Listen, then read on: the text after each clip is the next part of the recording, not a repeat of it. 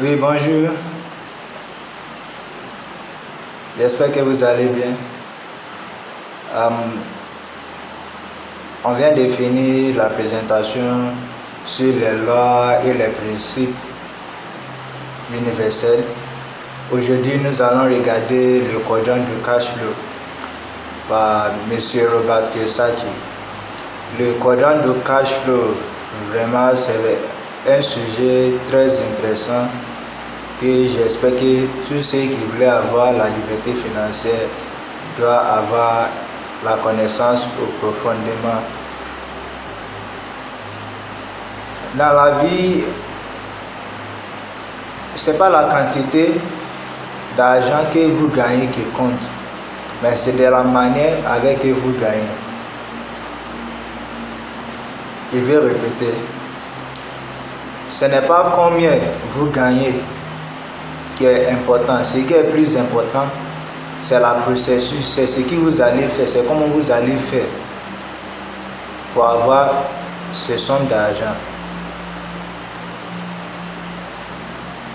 Si par exemple, je suis à la maison juste comme ça, il dort, il me lève et puis il fait quelques affaires sur l'internet, et puis à la fin du mois il gagne 500 000. C'est un exemple. Et puis il y a d'autres personnes qui doivent se lever chaque matin à 4h, 5h pour préparer, faire tout ce qu'il doit faire, porter son veste et puis se rendre au bureau du lundi jusqu'à vendredi, et puis aussi suivi des réunions le samedi, et puis il doit faire cela pour 30 jours avant d'avoir récompense de même 500 000 à la fin du mois. Entre nous deux, c'est évident que j'ai plus d'intelligence financière que lui. Pourquoi? Parce que il est attaché à son travail. S'il n'arrive pas à partir au travail, il ne gagne pas.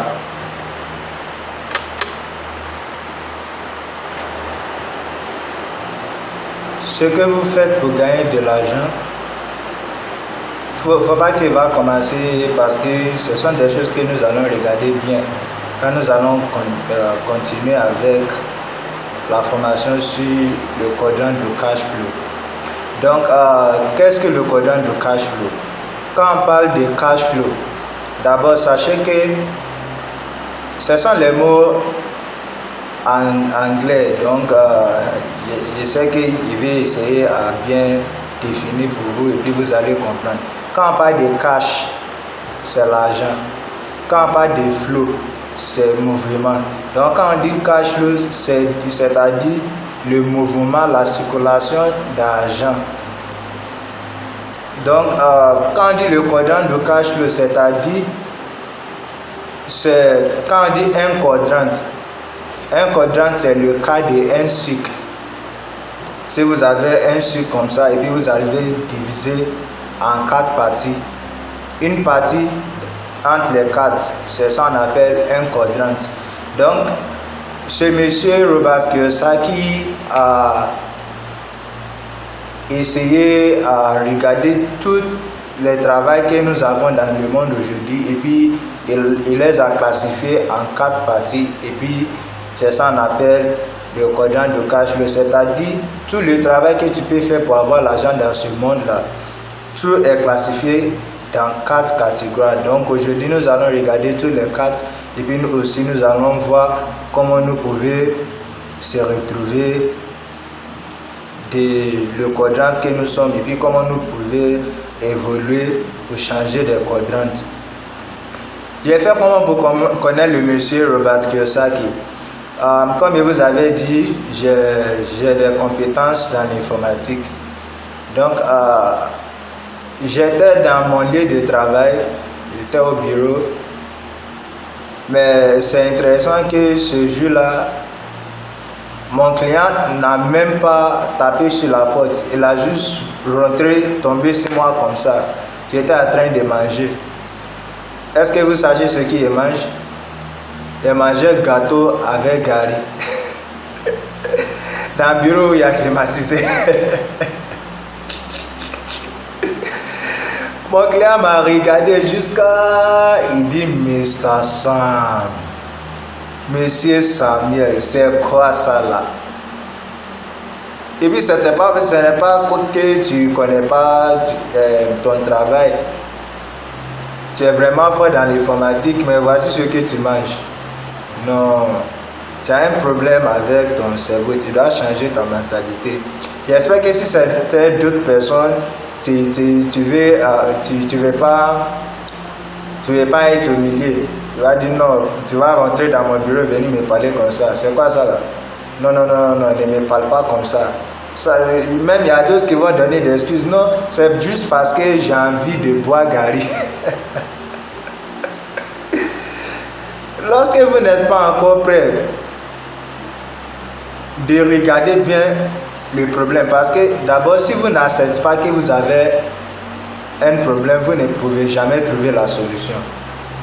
Donc, la première chose à faire, c'est pour d'abord accepter que vous avez un problème financier.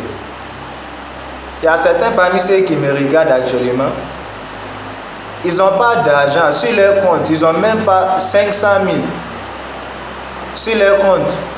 Mais si tu leur dis qu'ils sont pauvres, ils sont toujours fâchés, ils sont toujours en colère. Mais c'est quoi? Tu es qui même? Toi-même, tu es qui? Pourquoi tu vas me parler comme ça que moi je suis pauvre? Moi je ne suis pas pauvre, d'accord? Monsieur qui n'est pas pauvre.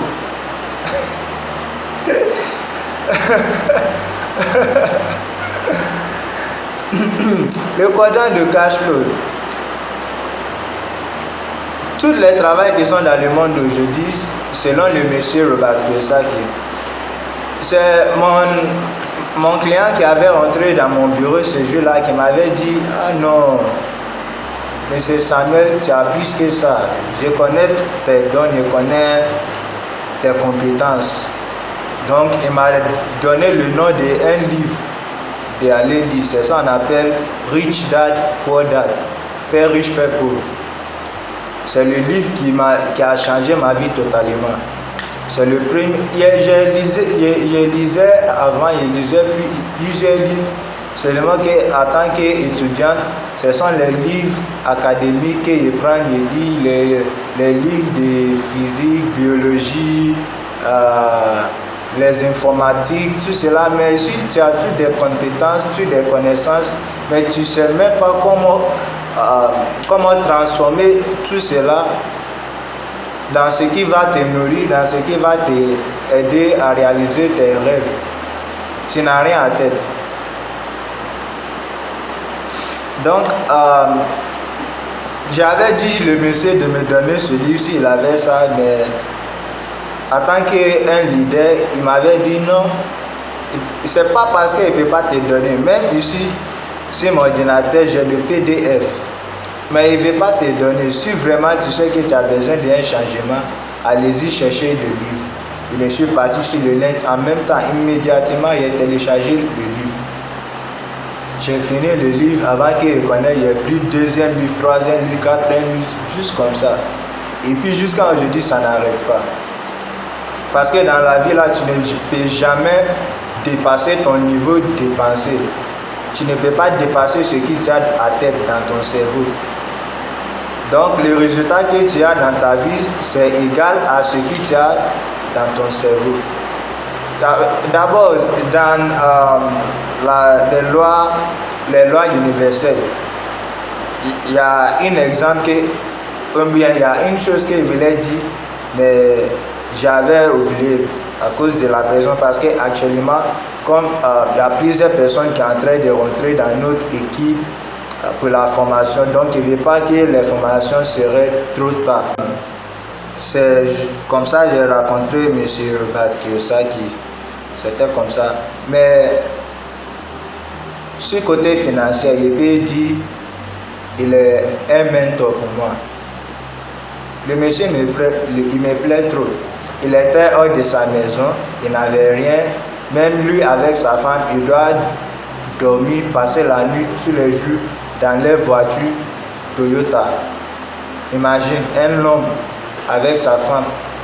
Mais dans seulement 5 ans, en 1994, ils sont devenus les milliardaires. Ils ont fait comment pour faire ceci? Écoutez, quand ils étaient dans les voitures, ils n'ont pas d'argent, même ils doivent faire les petits boulots, laver des voitures des gens, aller faire les petits courses comme ça, juste pour avoir l'argent pour se nourrir.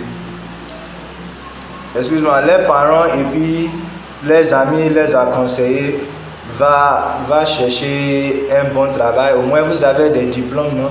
Vous pouvez trouver un emploi avec vos diplômes et puis après vous allez continuer avec votre affaire de liberté financière.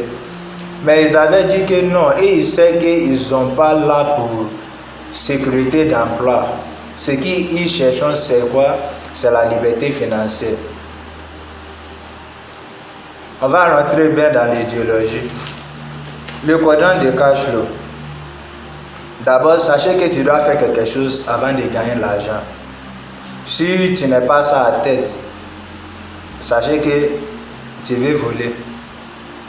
Mais lorsque tu sais que tu ne voles pas, tu as tes efforts que tu dois appliquer. Même le volet, même travail. Parce qu'il ne va pas s'asseoir à la maison et puis l'argent va venir le chercher. Lui aussi doit faire quelque chose, selon la loi de la nature. Donc, le quadrant de cash flow est divisé en 4, comme je vous avais expliqué déjà.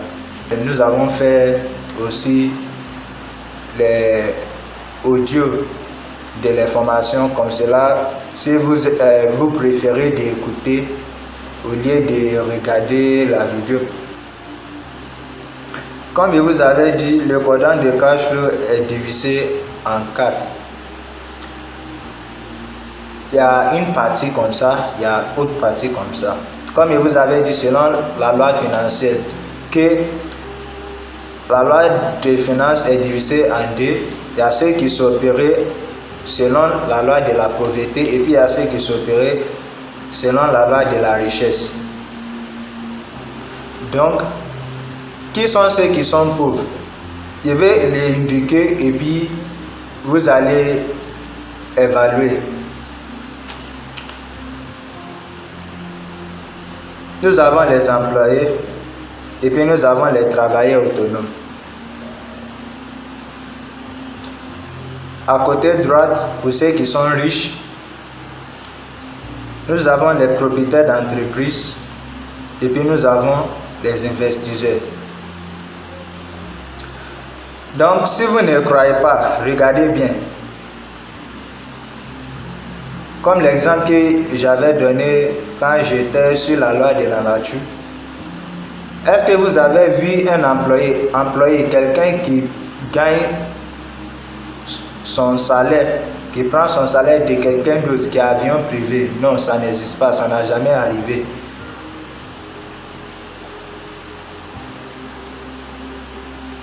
Les travailleurs autonomes, lui, c'est un peu difficile à comprendre, mais il veut bien détailler.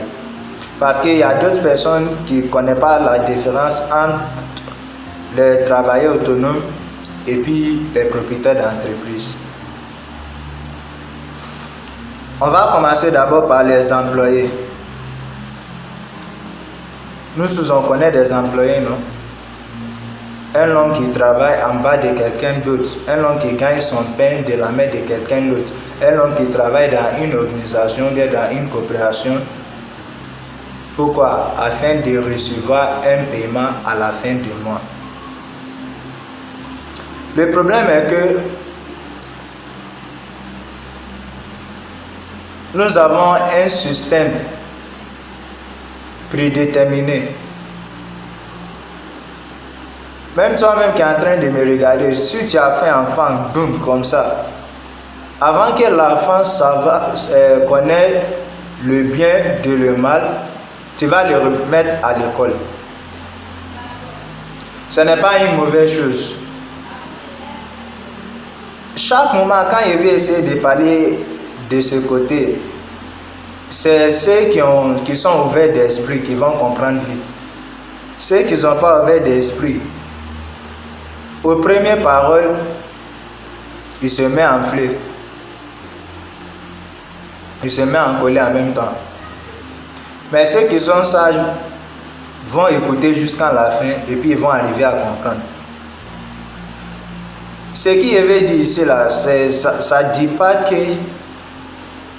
pour partir à l'école, c'est une mauvaise chose. Par exemple, si tu veux être un médecin, si tu ne vas pas à l'école, tu ne peux jamais être un médecin. Le problème est que nous n'avons pas arrivé à comprendre la différence entre l'éducation et puis pour partir à l'école. La plupart des étudiants, si tu es un étudiant en train de me regarder, je t'assure que ces questions qu'il veut te poser là, tu n'as pas la réponse. Et puis c'est une question très simple. Quelle est la raison pour que tu vas à l'école?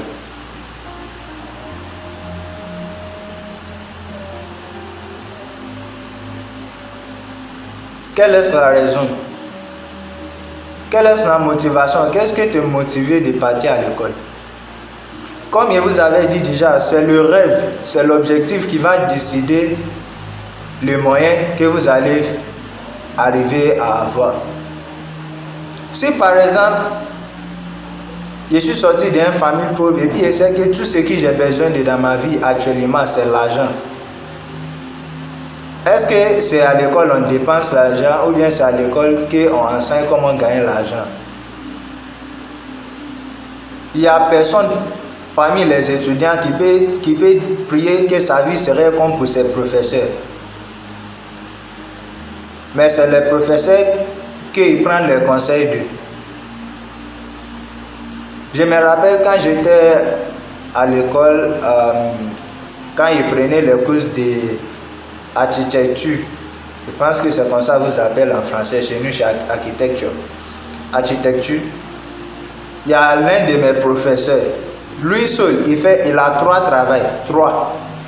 Lui seul, une seule personne, il fait 3 travails. Et puis les 3 travails sont les travails fautes. Pas le travail qui va te libérer quelque temps. D'abord, il le connaît en tant qu'un professeur à l'université. En tant qu'un professeur, il fait quoi? Il va venir nous enseigner, non? Matin jusqu'à le soir, il est où? Il est à l'école. Mais sachez que ce monsieur aussi, selon sa profession, il est aussi un architecte. Lui aussi, il fait des plans de maison, il travaille aussi avec des sociétés et puis des individuels. Dernièrement, il est aussi un homme de Dieu, il est un pasteur. Mais nous tous dans la classe, arrivés à le moment de fermeture à l'école, nous tous, on fuit la salle en même temps. Pourquoi? On ne veut pas pousser sa voiture. Son voiture là, on peut pousser au moins 1 kilomètre avant que ça va démarrer. Si la pluie est venue comme ça, il ne va même pas venir à l'école avec son voiture, il va laisser ça à la maison. Pourquoi? Parce que s'il essaie à faire ça, son moteur va s'arrêter sur la route. Et puis je me regarde, est-ce que c'est ce genre de vie que je veux pour moi-même? Si ce monsieur-là qui est en train de m'enseigner, qui a des expériences dans cette profession, quelqu'un qui enseigne pour plus que 15 ans, si sa vie est comme ça, qu'est-ce qui assure que pour moi serait mieux que pour lui? Selon la loi de la nature, tu ne peux pas dépasser ton maître. Lui qui t'enseigne là, lui qui te conseille là, tu ne peux pas le dépasser.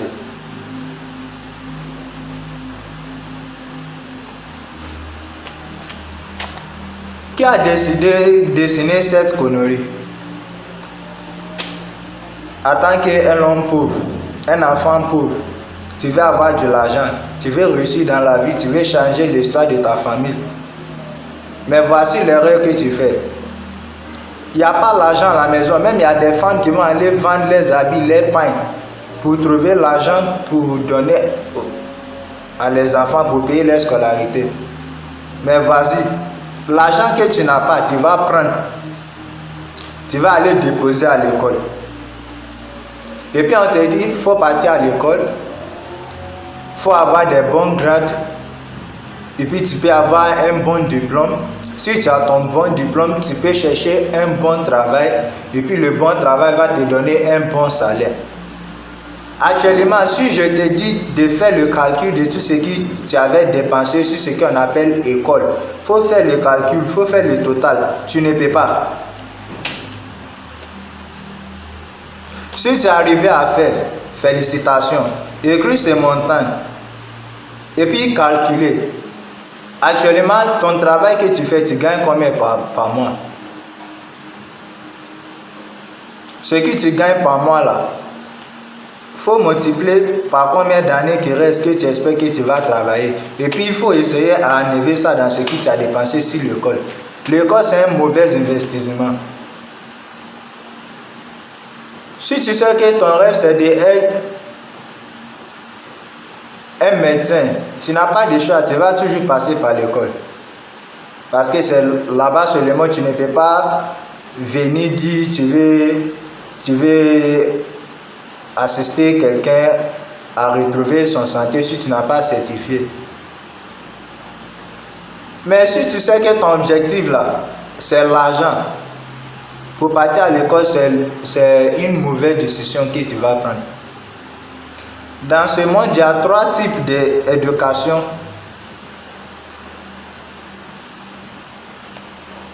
Que nous devons avoir si nous voulons avoir la réussite. Premier, c'est l'éducation scolastique. Scholastic education, l'éducation académique. C'est cette éducation qui vous enseigne comment lire, comment écrire. Et puis dans ce monde, c'est vraiment très nécessaire. Mais sachez que l'éducation académique, ça ne rend aucun homme riche. Parce que ça qui a écrit un livre, il a dit pourquoi.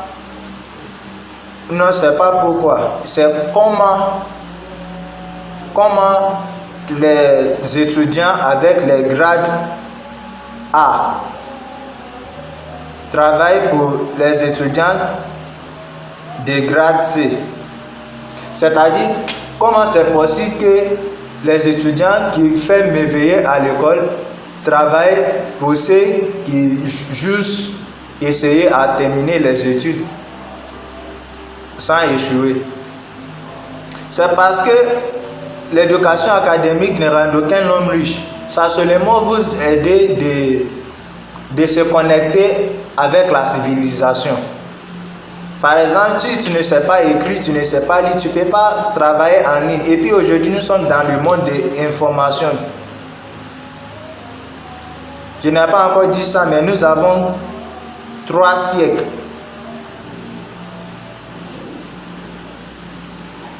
Pas 3 siècles, mais il peut dire 3 différents temps qui est passé sur ce monde par rapport à l'argent, par rapport aux finances. Le premier, c'est le temps de chasser et puis ramasser. Le temps de chasser et ramasser, ça c'est le temps qui a commencé de Adam et puis Ève, notre ancien parent, les premiers hommes à terre.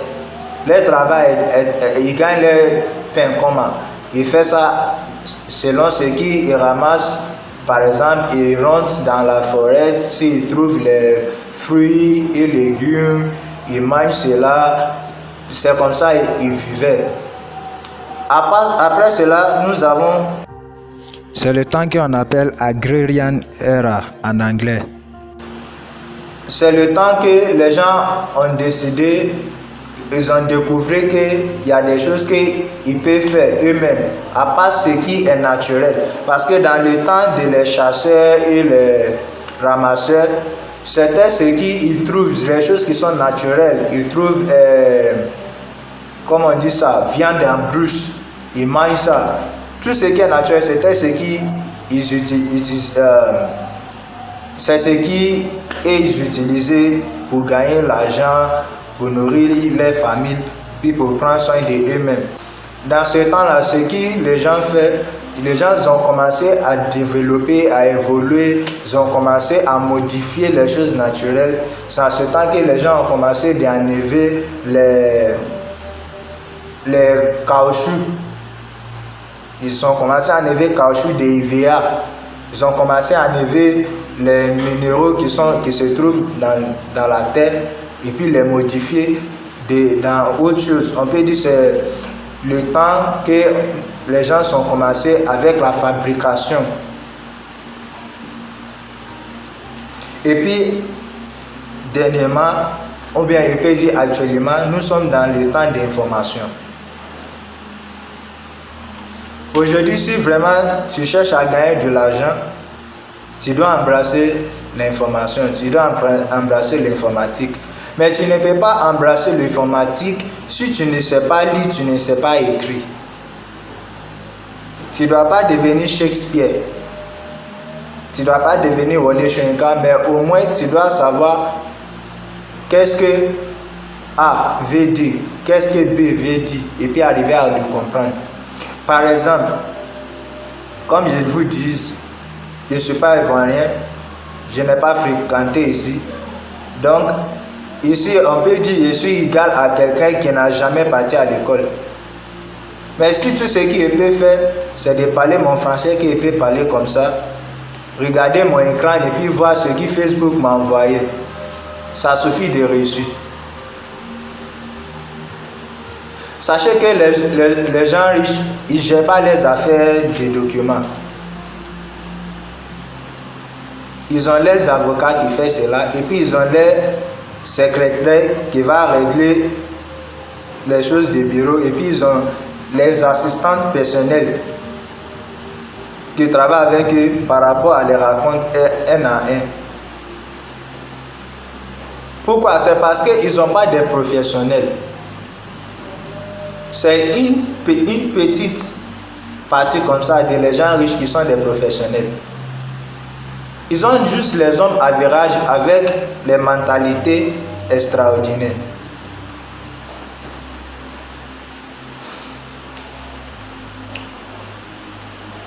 Comment affaire d'éducation est devenue une grande affaire? Je vais vous expliquer.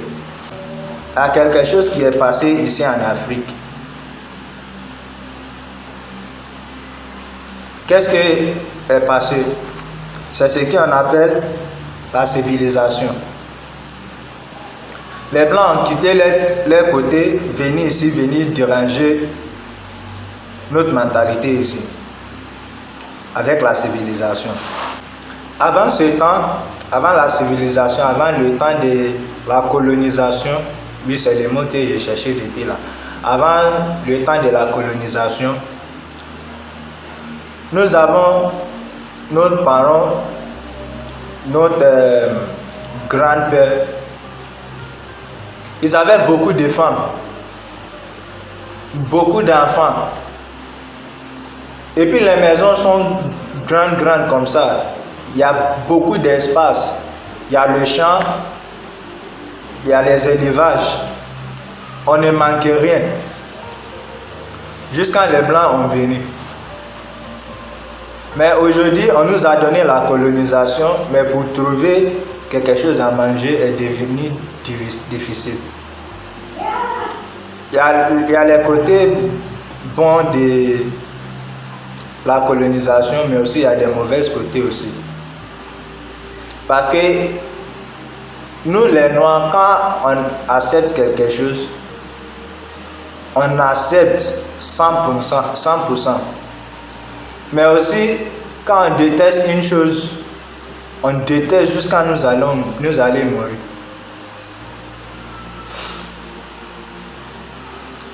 Dans ce temps, les Blancs viennent de rentrer sur notre terre.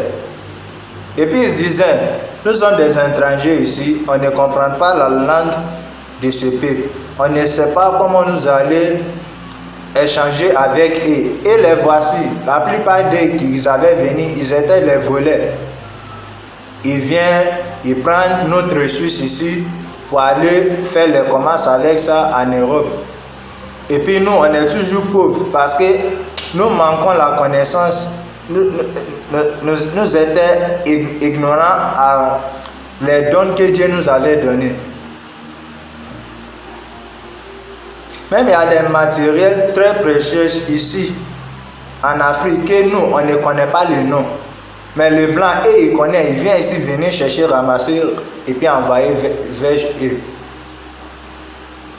Donc quand ils avaient arrivé, ils cherchaient une manière d'arriver à communiquer parce que la communication c'est la clé plus nécessaire pour une société.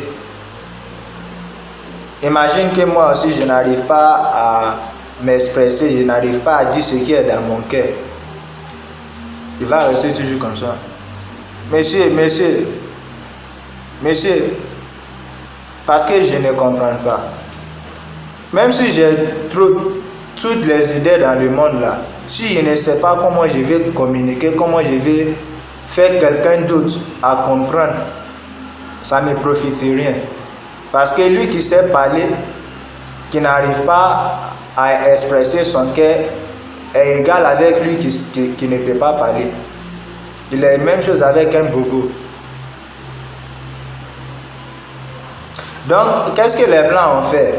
Ils ont décidé, d'accord, il faut qu'on prenne certains de ces enfants, on va les apprendre notre langue. Comme cela, il peut être des traducteurs entre nous et puis les peuples. Par exemple, nous allons choisir certains parmi eux qui vont nous conduire partout dans le village. Nous allons trouver ceux qui vont nous assister à travailler sur les sites, dans l'industrie, dans les usines. Comme cela, il peut être traducteur entre nous et puis les travailleurs. De ce parti-là, je me rappelle l'histoire de Babel. Les gens sont en train de construire. Et puis Dieu dit, si ils continuent à construire comme ça, ils vont construire jusqu'à ils vont arriver dans le ciel. Et puis il a fait quoi? Il les a donné problème de communication. Et puis selon les vidéos qu'on nous avait montrées quand nous étions petits, un a demandé Matou, l'autre allait envoyer comment on dit, il a demandé Matou, l'autre allait envoyer machette. Donc c'était la même chose avec les Blancs. Donc c'est la raison pour laquelle ils étaient vraiment pressés sur l'affaire de l'éducation.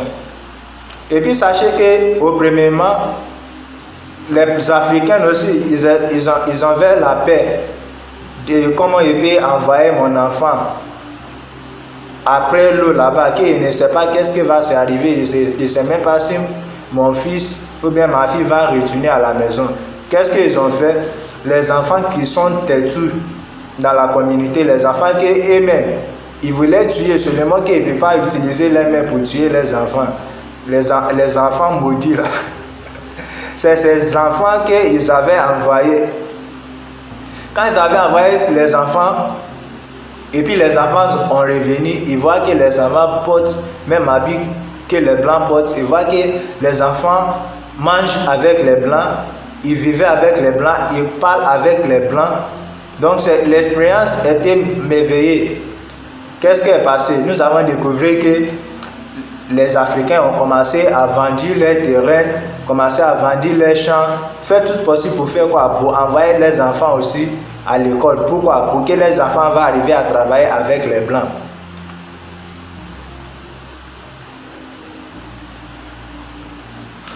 Donc c'est là où l'idée est venue jusqu'à ça a devenu une chose normale aujourd'hui. Mais selon ce qui veut reçu, ce n'est pas normal. Selon la loi de la nature, regardez ce que vous faites. et puis regarder ceux qui font la même chose et puis essayer à comparer les résultats. Aujourd'hui, il peut continuer à lister Steve Jobs, même s'il est mort, il est sur la liste. Bill Gates, il est sur la liste. Mark Zuckerberg, lui, on lui avait chassé à l'école même. Zuckerberg. Le plus riche du monde actuellement, Elon Musk, il n'a pas fréquenté. Je me rappelle, j'avais suivi son vidéo sur YouTube. Le journaliste lui a demandé, Elon, est-ce que tu penses qu'un doctorat est nécessaire pour la réussite dans la vie aujourd'hui? Le monsieur a ri jusqu'à il a tombé de la chaise qu'il est assis. C'est la réponse qu'il avait donnée. Il n'a pas dit oui, il n'a pas dit non. Est-ce que lui-même, il a un doctorat? Quand il avait répondu, il avait donné son réponse dans une autre vidéo. Donc, ce que nous on fait, nous, on n'attend pas que quelqu'un va venir s'asseoir, venir nous a dit, première loi de succès, 1, il faut faire ceci, 2, il faut faire cela, 3, il faut faire cela. Il n'y a personne qui va vous enseigner comme ça. C'est vous-même, avec vos désirs, que vous allez prendre un peu ici, un peu ici, un peu ici, un peu ici, jusqu'à ça va devenir complet. Dans une autre vidéo, c'est ça, j'ai entendu qu'il avait dit. Il dit qu'aujourd'hui, pour partir à l'école, c'est un peu de temps. Parce qu'il n'y a aucune chose que vous voulez apprendre que vous ne voulez pas apprendre sur YouTube. Si tu veux faire des robots, il faut chercher les vidéos sur les robots. Tu vas trouver sur YouTube. Tu veux devenir un développeur de site web, aucune chose que tu veux faire dans le monde aujourd'hui là.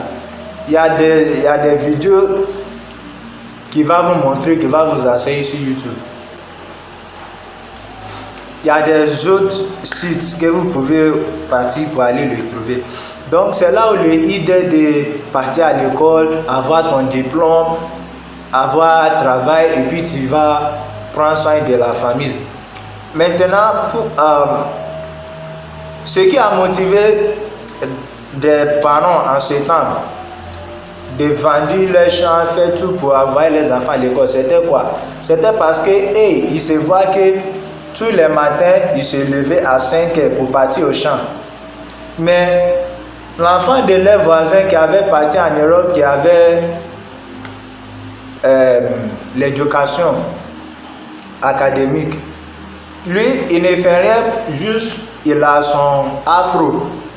Vous vous rappelez les anciens cheveux là, afro noir là, gros comme ça. Lui, il a son afro et puis il porte son veste et puis il marche partout dans le village. Parce qu'en ce temps, ceux qui sont des diplômés, ceux qui ont fait l'éducation, on les voit comme un dieu. Pourquoi? Parce que le blanc les valorisait, les noirs aussi les valorisaient. Les blancs les valorisaient parce qu'il peut tuer les blancs. Parce que si le blanc dit A et puis lui il est venu dire Z au peuple, ça va chauffer. Donc les blancs les traitent bien. Les noirs aussi les traitent bien parce que les noirs aussi c'est que comme ils travaillent avec les blancs, ils peuvent les aider aussi à avoir l'assistance de les blancs. Mais ce que vous ne connaissez pas est qu'en ce temps-là, ce n'était pas tout le monde. Il y avait combien d'écoles en Afrique à ce temps? Au début, ils avaient envoyé des personnes en Europe. Et puis après, ils avaient au moins une école secondaire dans un pays. C'était comme cela ça a commencé. Mais aujourd'hui, regardez autour de vous. Moi, la notification qui m'a découragé de continuer avec mes études, il m'a envoyé, on dit 150 millions, plus de 150 millions de diplômés qui sont sans emploi. Et puis voici le Nigeria, il y a plusieurs universités au Nigeria. Même il y a les États, il y a 36 États au Nigeria. Il y a des États au Nigeria qui ont 6, 7 universités. Et puis les instituts, ça c'est, il n'y a pas d'un seul État. Ça, c'est à part les écoles privées. Donc, vous voyez, ici en Côte d'Ivoire même, il faut essayer à voir. Dans votre école, vous êtes combien? Dans la salle, dans ton classe que tu es, vous êtes combien? Si vous tous qui êtes dans la salle que vous êtes, va terminer avec votre étude et puis vous tous à votre diplôme, c'est quelle entreprise qui a fait l'annonce selon les cours que vous prenez à l'école? Il y a combien d'entreprises qui ouvrent nouvellement dans ce pays chaque année? Solibra est toujours Solibra. CI est toujours CI. Où notre papa a rêvé de travailler, c'est là où même les enfants même ont continué à rêver de travailler. Mais voici ton papa, il n'a pas encore fait son retraite, il est encore là. Donc si on ne lui chasse pas au travail, tu vas trouver ton emploi où? Il faut réfléchir. Diplôme, ce n'est rien encore. Ça m'est arrivé 2 fois au Nigeria. Première fois, c'était une autre personne qui m'avait raconté. Mais deuxième fois, moi-même, j'ai expérimenté. La personne est partie acheter viande. Viande là, nous on appelle ça souya chez nous. Les viandes comment on dit, les viandes qu'on fait avec les feuilles là. Qu'on met au fait grisé, c'est grisé non? Voilà, ou bien braisé, voilà. C'est ça nous on appelle souya. Il avait allé acheter et puis on lui avait donné certificat de quelqu'un. Le certificat là, c'était original, pas photocopie, original. C'est ça ils ont utilisé pour lui servir.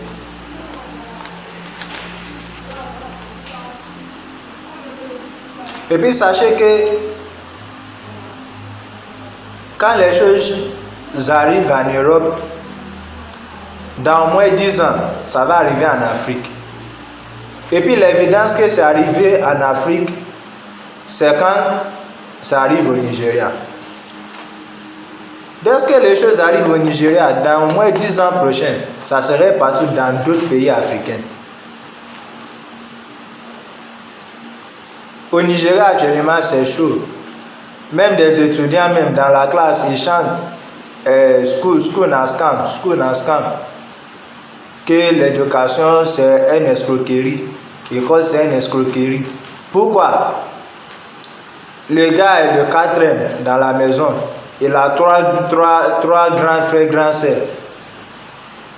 Et puis, parmi eux, il y a personne qui a eu le travail d'abord. Et tous ils sont dans la même chambre.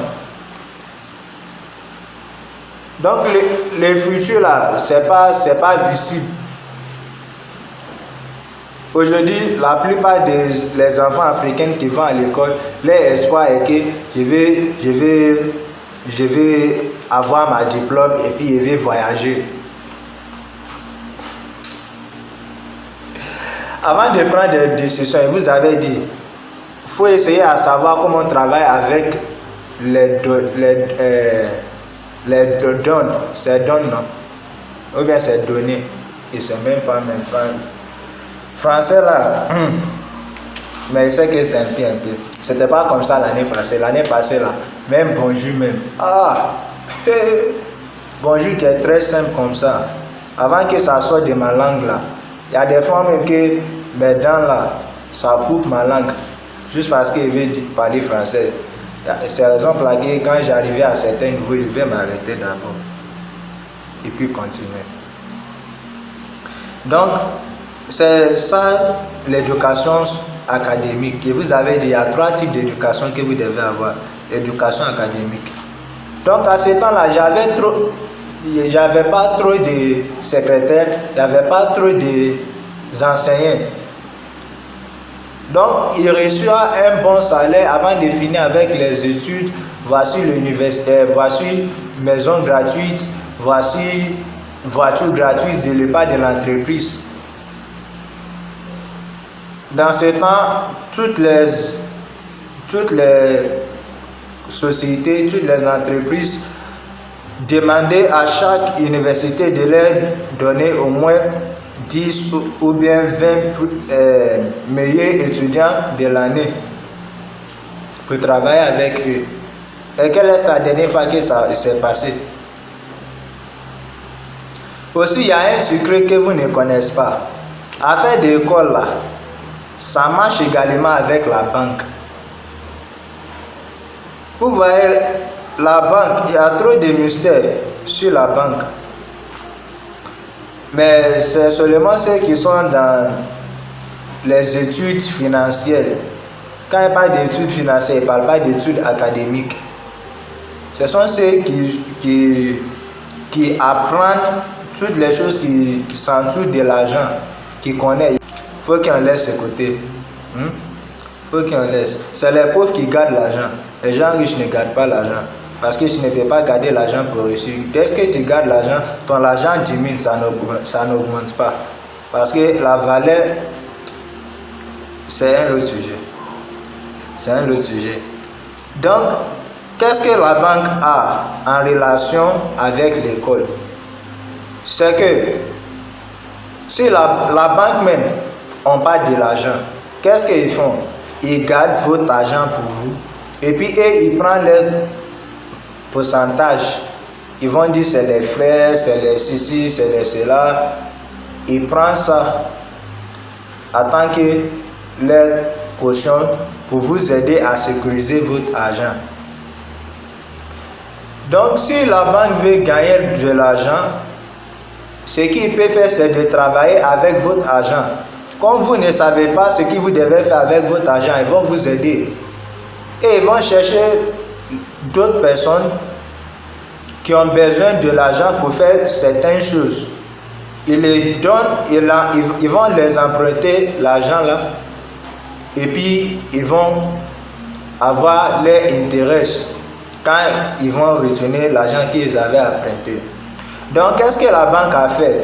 Ce que la banque a fait, c'est que la banque maintenant vous avez donné l'idée d'éducation. Parce que si ils n'ont pas créé un besoin, s'ils n'ont pas créé un besoin, nous n'allons pas avoir le désir. Par exemple, je vais faire quoi à la banque? Je vais partir. Qu'est-ce qui peut me conduire à la banque pour aller emprunter l'argent? Donc, la banque vous a vendu des idéologies. Quelles sont les idéologies?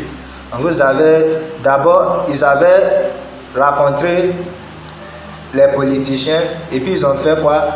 On vous avait proposé école gratuite. Pourquoi? Parce que les propriétaires, la plupart de ceux qui opèrent les banques sont des politiciens. Allez-y regarder. Ceux qui opéraient la banque, la plupart des ils sont des politiciens. Donc avec leur statut politique, ils ont envoyé le idée.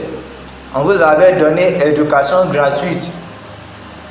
À partir de comment vous faites ici, on peut dire école primaire jusqu'à arriver quelque nouveau, gratuite. C'est pour vous vendre l'idée. Maintenant, quand vous allez arriver à certains niveaux, vous allez découvrir que c'est difficile pour continuer. Qu'est-ce qu'ils vont faire? À ce temps, ils vont vous proposer d'emprunter l'argent pour compléter votre étude. Et puis quand vous allez finir avec votre étude, et puis vous avoir le travail, vous pouvez commencer à rembourser ce que vous avez pris. C'est la même chose avec maison. Venez acheter voiture, à emprunter, venez faire ceci, à emprunter. Donc c'est la relation entre l'école et la banque. Donc lorsque la banque existe, l'école aussi va toujours exister. Mais nous ne sommes pas contre l'école, ni nous sommes contre la banque. J'ai mon argent dans la banque, dans différentes banques. Mais seulement, il y a des choses que vous devez connaître, que vous devez savoir. Comme cela, ça va guider vos décisions financières. Ça va vous aider avec votre intelligence financière. Donc, nous avons parlé de comment l'école est devenue une chose grande comme ça, ici en Afrique. Mais comment affaire de scolarité là, affaire d'école là, affaire d'académique, études, comment c'est arrivé en Europe même?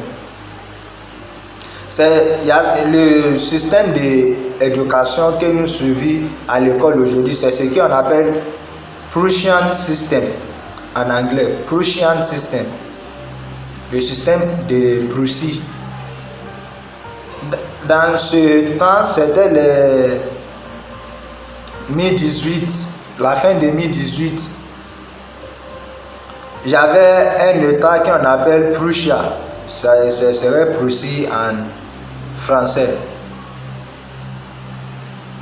À ce temps, l'état qui n'est pas là, c'est à Allemagne. Donc, à Allemagne, à ce temps, ils avaient la guerre. Donc, la plus majeure de la population, ils ont été recrutés dans l'armée pour aller à la guerre, pour aller sécuriser l'État. C'est là où l'éducation, avec le système que nous suivons aujourd'hui, a commencé. Ça a commencé comment? Le gouvernement a découvert que pour envoyer des gens, pour recruter des personnes à la guerre et puis pour les affaires administratives, les gens doivent être éduqués. Donc, ils ont commencé avec le système qui est d'accord, tout le monde à partir d'un âge à un âge, l'éducation serait gratuite pour eux tous. Mais comment les idées de la retraite étaient rentrées, c'est ce qu'il veut parler par rapport au système prussien. En ce temps, en average, les peuples de Prussie mourront à 45 ans. C'est-à-dire, la plupart de ceux qui sont les citoyens, à 45 ans, ils sont morts.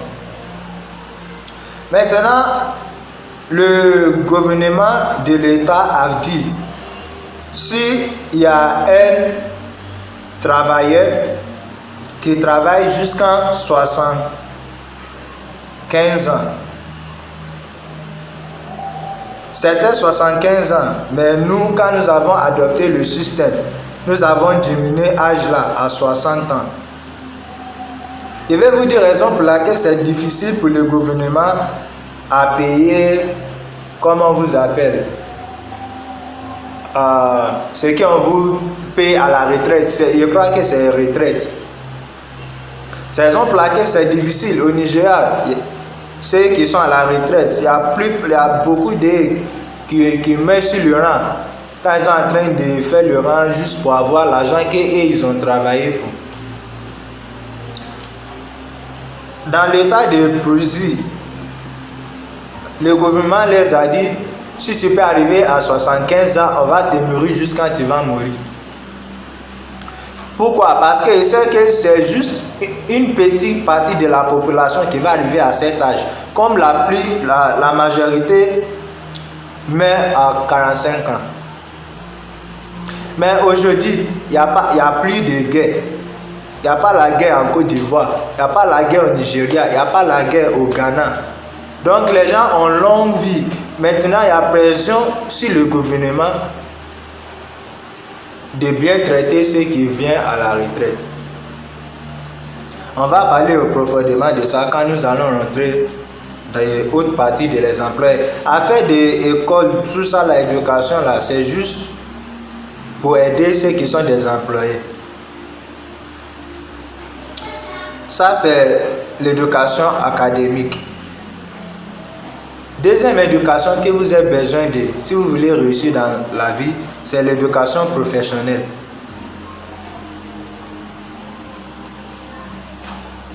C'est l'éducation professionnelle. Et puis, pour que vous allez comprendre qu'il y a une différence entre les deux. Tu peux partir à l'école, tu peux étudier la médecine et puis ne pas être un docteur. Pourquoi? Parce que tu as seulement l'éducation académique selon la profession, mais tu n'es pas un professionnel. Pour être un professionnel, tu dois prendre des cours et passer des concours avant que tu puisses être certifié en tant qu'un professionnel.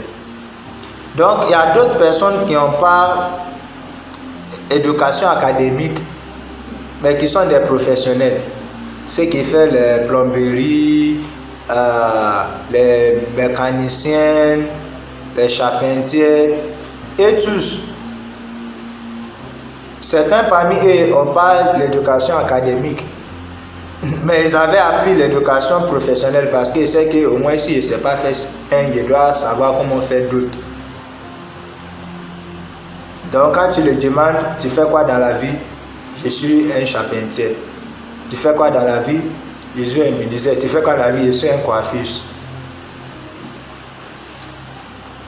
Troisième éducation que tu devais avoir si tu veux réussir dans la vie est que tu dois avoir l'éducation financière. C'est ce que nous sommes en train de faire. Le problème avec presque tous les jeunes aujourd'hui est que ils laissent la dernière, ou bien le dernier, ils laissent le dernier, l'éducation financière. Il dit il veut l'argent, il cherche l'argent, il veut réussir, il veut être riche. Mais il ne prend pas des cours sur comment avoir la richesse. Il fait les cours sur comment X plus Y va donner 2.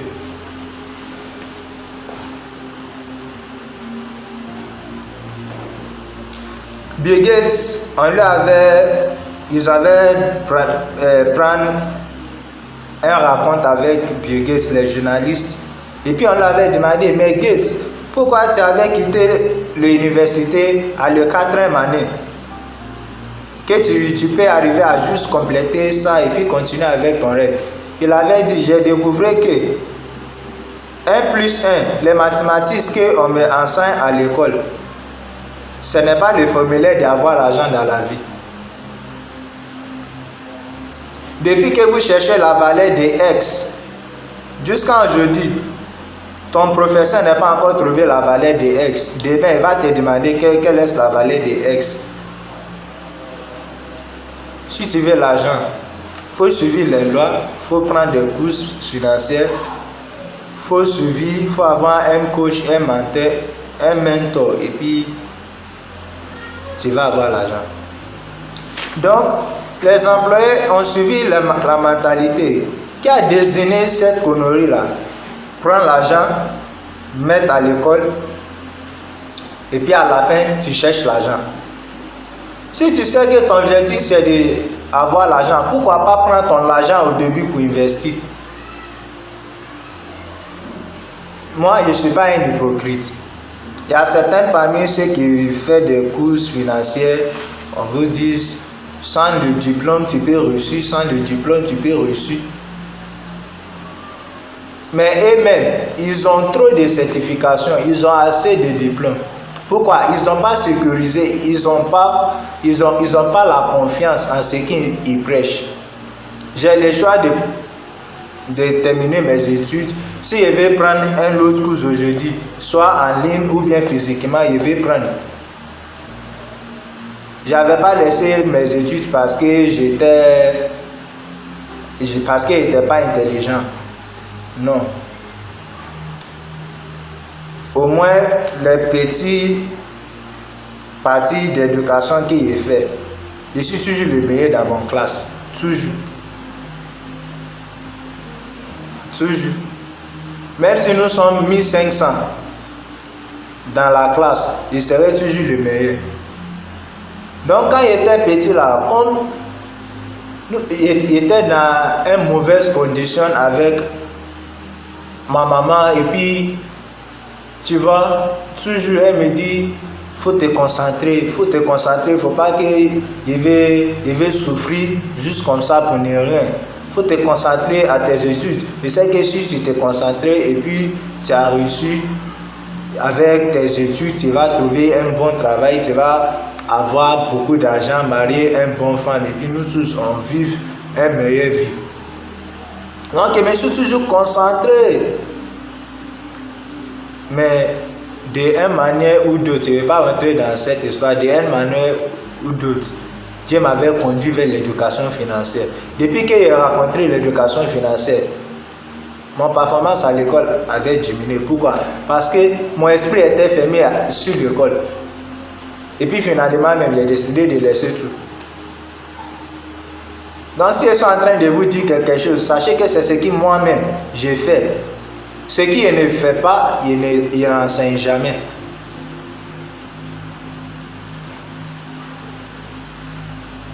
Tu prends l'argent, tu dépenses à l'école, et puis à la fin de tes études, tu cherches l'argent. C'est la bêtise. Si tes parents ont assez d'argent, tu as trop d'argent, beaucoup d'argent, et puis vous ne connaissez même pas ce que vous allez faire avec ça, tu peux partir à l'école. Parce que ce genre de peuple, il ne va pas à l'école parce qu'il veut réussir. Si son papa, moi aujourd'hui, a des entreprises, il a l'argent. Mais toi que tu n'as rien, tu n'as pas de conscience, tes parents vont partout, à gauche, à droite. Même l'argent qu'ils n'ont pas, ils vont aller emprunter l'argent pour te mettre à l'école. Tu vas finir, tu deviens un diplômé et puis tu es inutile à la maison. C'est eux encore qui vont te nourrir. Pourquoi pas penser de ta vie? Les employés. Il y a un problème principal avec les employés, c'est quoi? C'est salaire. C'est ce qu'ils gagnent à la fin du mois là. C'est ça même qui est la cause principale des problèmes des employés. Pourquoi? Quel est ce qu'on appelle un salaire? Si vous ne pouvez pas donner la définition de ça, c'est que vous ne connaissez pas ce que vous êtes en train de faire. Quand on dit salaire, il y a plusieurs mots qu'on peut utiliser pour ce qu'un homme gagne. Il y a les remboursements, il y a les bonus, il y a incitatifs. Il y a plusieurs mots qu'on peut utiliser, comme c'est français, les mots là m'échappent un peu. Il y a plusieurs mots qu'on peut utiliser pour ce qu'un homme gagne à cause du travail qu'il fait. En anglais, we have wage, we have salary, we have income, we have bonus, incentives, ils sont nombreux. Donc, quand on dit salaire là, le moment que le mot salaire est rentré dans la situation là, c'est gâté. Pourquoi? Parce que si tu veux travailler et puis tu demandes c'est combien le salaire, c'est pas une somme d'argent que tu demandes. Tu demandes une somme d'argent fixée. Le salaire, c'est une somme d'argent fixée. Marquez ce mot, fixé. Payé à chaque fin de mois. Tu ne peux pas venir ici pour un entretien. Tu dis tu veux travailler. Nous avons dit que ton salaire est 150 000. Tu as pris le travail. Le premier mois, on t'a payé 150 000. Le prochain mois, tu espères combien? C'est même 150 000. Même tu peux faire ton plan de 1 an, 2 ans. C'est même 150 000. Et puis il y a d'autres personnes qui prient qu'au moins un jour, ils vont avoir promotion et puis ils vont gagner plus d'argent. Pensez. Lui qui est le plus haut dans votre entreprise, je ne parle pas de le propriétaire d'entreprise. Lui qui est le plus haut en tant qu'employé dans votre entreprise, il gagne combien? Ce qu'il gagne là, il faut multiplier par 1 an. Et puis tu multiplies par 30 ans ou bien 35 ans, ou bien combien d'années tu penses que tu dois travailler encore. Il faut calculer, il faut mettre à côté de ton rêve ce que tu veux avoir. Sachez que tu ne peux pas réussir en tant qu'employé. Chez nous, nous avons un proverbe. On dit la main qui donne est toujours en haut.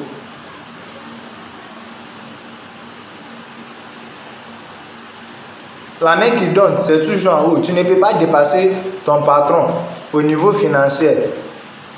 Ça, c'est un. Il y a un autre proverbe qui dit un arbre ne peut pas grandir en bas d'un autre arbre. C'est pas possible.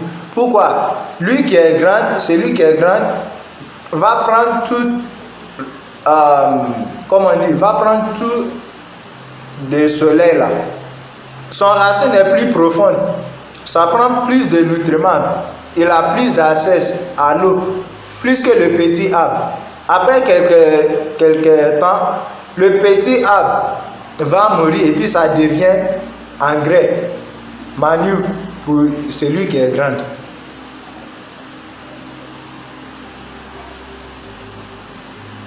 Donc tu ne peux pas réussir en bas de quelqu'un. Si tu dois réussir, tu dois sortir. Tu dois avoir toi-même ton propre chose. En tant qu'employé, il y a 3 choses que ton patron va prendre. Premièrement, ton patron prend ton temps. Il prend ton choix. Et puis il va prendre ton quoi? Il va prendre ta liberté. Lorsque tu rentres dans une entreprise à chercher le travail, c'est que tu veux échanger ton temps. Tu ne peux pas venir ici à 8 heures. Et puis nous avons dit que c'est à 8 heures, on ouvre l'entreprise et puis tous les employés doivent être là à 8 heures et puis tu viens à 10 heures. On va te chasser au travail. Maintenant, nous avons la coutume de coucher des enfants et les mettre à l'école à partir de même 1 an. Enfant de 1 an. Même au Nigeria, il y a vu ceux qui mettent enfants de 8 mois. Avec les nounous professionnels. On appelle ça daycare chez nous. Daycare, c'est comme des écoles.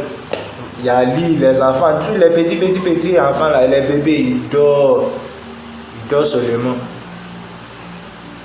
Pourquoi? Parce que ils font échange de leur temps pour l'argent. S'ils arrêtent d'être présents au travail, ils perdent leur travail. S'ils perdent leur travail, ils perdent leur vie. Deuxième, c'est la choix. Parce que en tant qu'un employé, tu es un esclave. Tu es un esclave. Tu es comme une chèvre qui est attachée avec un poteau. Voici le chèvre. Sa destin, son mouvement, ça dépend de comment le chêne ou bien le corde qui lui attache au poteau est long. Si le code est court, la vie de le chèvre aussi serait courte, serait petit. Imagine. Le poteau, c'est ton emploi. Le code, c'est ton salaire. Toi-même, le chef. C'est le code qui décide tout de ta vie. Mais voici, toi-même, tu peux décider de laisser le code et puis laisser le poteau. Mais parce que tu veux rester toujours au poteau, le code t'empêche. C'est là où on voit les gens. Ils travaillent, son salaire est peut-être 150 000, 200 000. Mais toujours, quand ils voient les placards des maisons, un immeuble à Cocody, 350 millions, ça lui plaît. Mais le code qui lui attache ne va pas le laisser partir.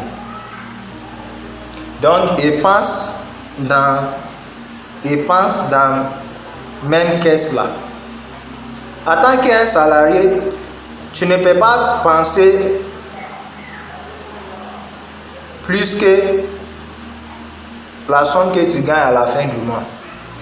Un homme qui travaille, qui gagne 150 000, qui gagne 200 000 à la fin du mois, ne peut jamais penser de comment acheter une voiture de 50 millions. C'est même année, lui qui travaille, qui gagne 1 million, ne peut jamais penser de comment acheter une voiture de 350 millions. C'est naturel parce que ton esprit, ton mindset, ton cerveau serait fermé à l'école qui t'attache, ton salaire. Le salaire, c'est une solution temporaire a un problème permanent. Le problème permanent est que tu as un problème avec l'intelligence financière, tu as un problème de finances. Mais au lieu de régler ce problème, tu cherches un travail. Pourquoi? Parce que tu sais que tu vas travailler et puis ils vont te payer en même temps. C'est là où tu as raté tout. Ils vont te payer en même temps. Mais qu'est-ce qui va arriver le jour qu'ils arrêtent de te payer? On revient là-bas. La liberté. En tant qu'employé, tu n'es pas libre. Selon le contrat d'emploi. À part ces trois choses que ton patron va prendre de toi.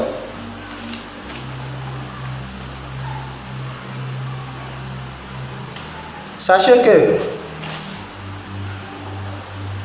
il y a trois choses qui peuvent t'arriver en tant qu'un employé. Il y a trois choses qui peuvent t'arriver. Premier,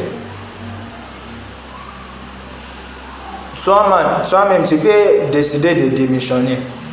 Si par exemple, quelqu'un qui travaille, qui gagne, il y a un exemple là, il utilise ça toujours en représentation. Quelqu'un qui travaille, qui gagne 100 000 à la fin du mois, qui dépense 60 000 sur le transport, s'il est sage, est-ce qu'il doit continuer à travailler? Parce qu'il ne travaille pas pour lui-même, il travaille pour les chauffeurs de taxi. Quand tu vas payer 60 000 pour le transport, tu vas payer ton loyer comment? Tu vas te nourrir comment?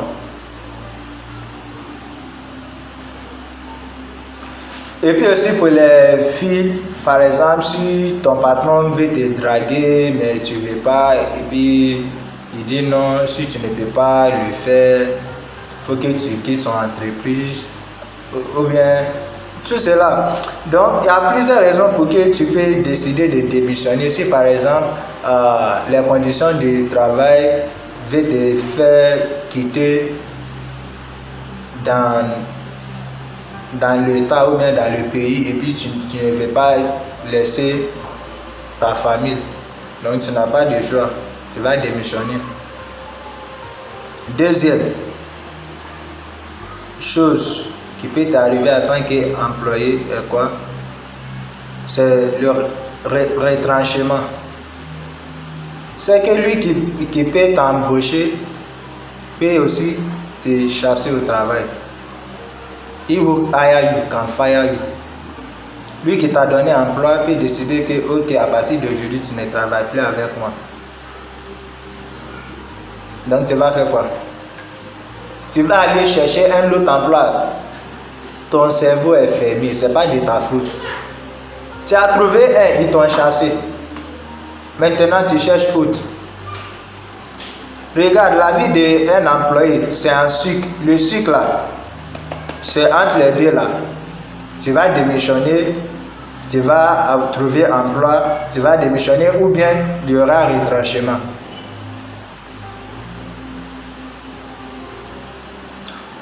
Troisième chose.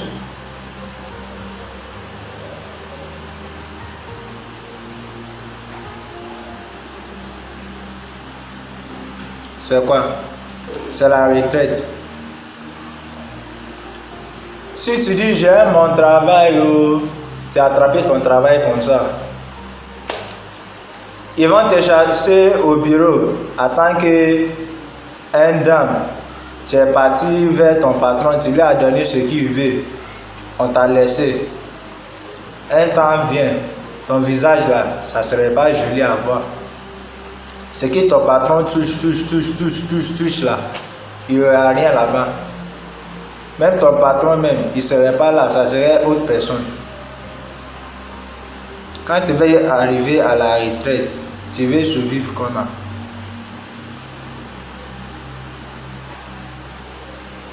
La retraite. Si tu dis tu ne laisses pas ton travail, un jour vient, un temps vient, le travail même va te laisser. Au moins un jour, tu vas arriver 60 ans, non? Tu vas arriver 65 ans, non? Même il y a des personnes qui ont dépassé ces âges.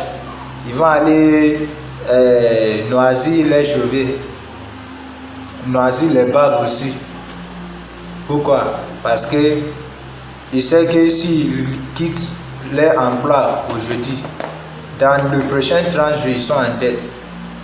Imagine, quelqu'un qui travaille déjà, qui gagne 1 million, qui vivent dans un immeuble de peut-être 500 000 ou bien quelque chose comme ça.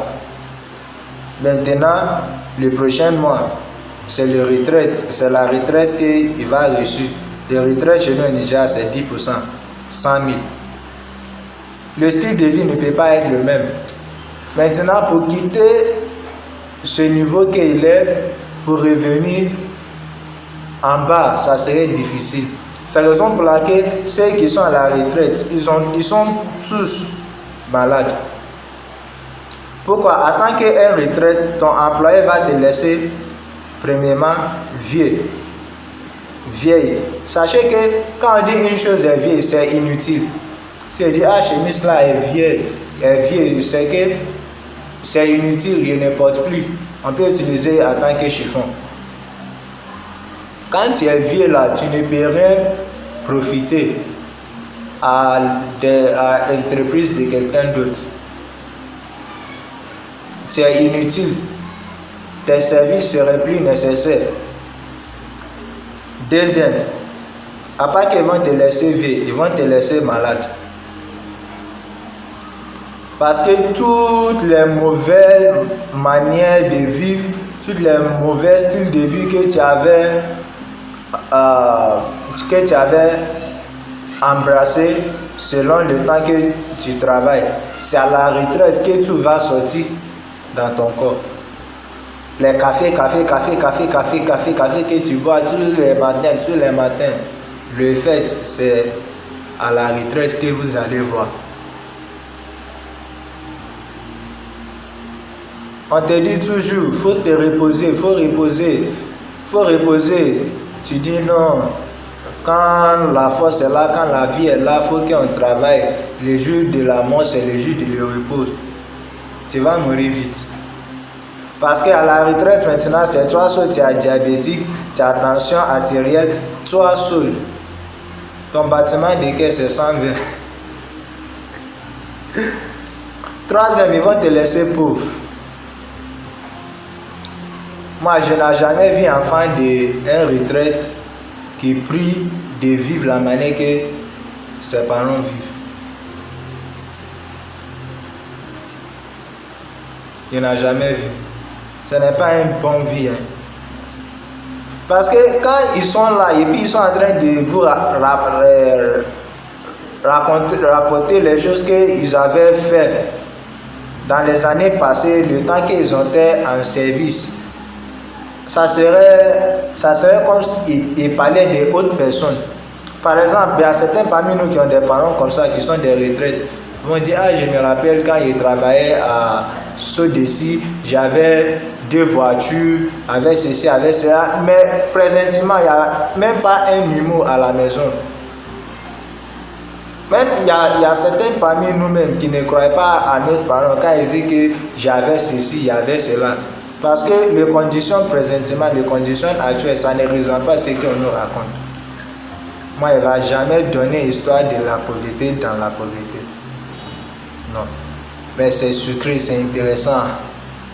Quand tu reçus et puis tu racontes ce que tu avais rencontré, ce que tu avais traversé quand tu étais pauvre. Mais pas quand tu es pauvre et puis tu encore parles de la pauvreté. Qui va t'entendre? Personne. Donc, ce sont les 3 choses qui peuvent t'arriver en tant qu'employé. Tu peux démissionner. On peut faire des retranchements. Puis, forcément, tu vas avoir la retraite. Entre les choses qui causent des retranchements dans les entreprises, c'est la technologie. La technologie. Dans un temps au Nigeria, quand vous rentrez dans la banque, je vais parler de Nigeria parce que j'ai grandi là-bas. Donc, la plupart de mes expériences sont selon ce qui se passe au Nigeria. Mais je crois que les principes sont des principes universels. Donc, soit au Nigeria, ou bien en Amérique, ou bien en Afrique du Sud, tout ce que nous allons parler, ce sont les choses que vous allez arriver à comprendre. Donc, dans la banque, quand vous rentrez dans la banque pour faire des transactions, vous allez trouver au moins 15, 20, 50 personnes dans la salle de la banque.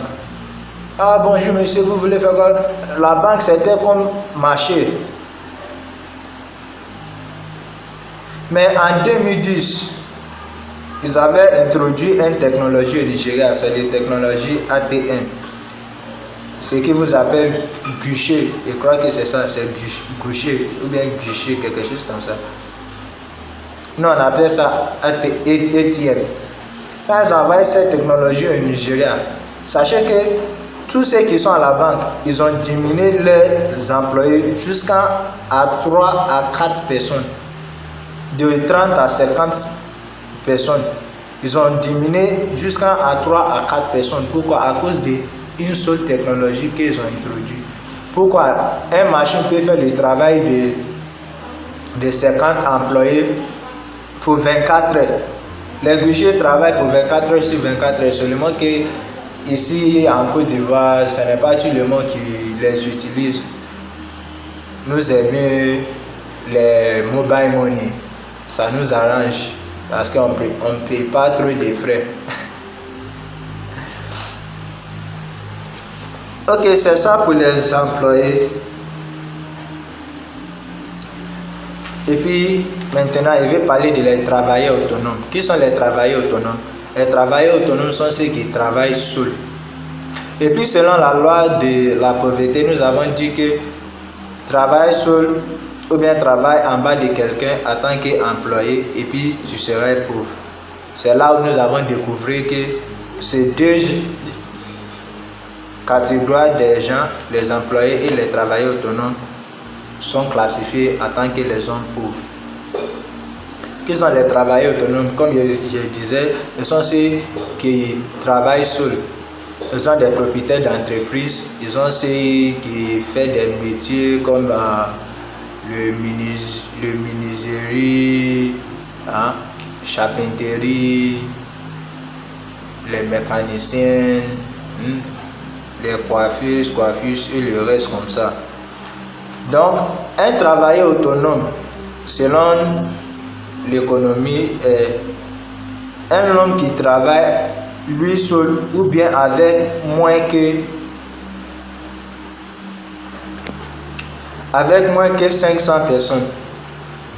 Donc si tu travailles et puis tu regardes tout ton travail, tout ce que tu travailles ensemble et puis vous ne dépassez pas 500, sachez que tu es un travailleur autonome. Mais ça c'est selon la finance, mais selon l'économie, c'est 1 à 50 personnes. 1 à 50 personnes. Maintenant, vas-y, un homme qui a 4 magasins et puis il a peut-être 2 employés dans chaque magasin et puis 8, ça fait 8 employés avec lui-même. Est-ce qu'il peut se qualifier en tant qu'un homme riche? Non, il est pauvre. Pourquoi? Parce que si lui-même, il n'est pas là, le travail n'existe plus. Si lui-même n'est pas là, le travail n'existe plus. Les magasins n'existent plus. Le travail que tu es en train de faire là, est-ce que tu peux le laisser pour 90 jours?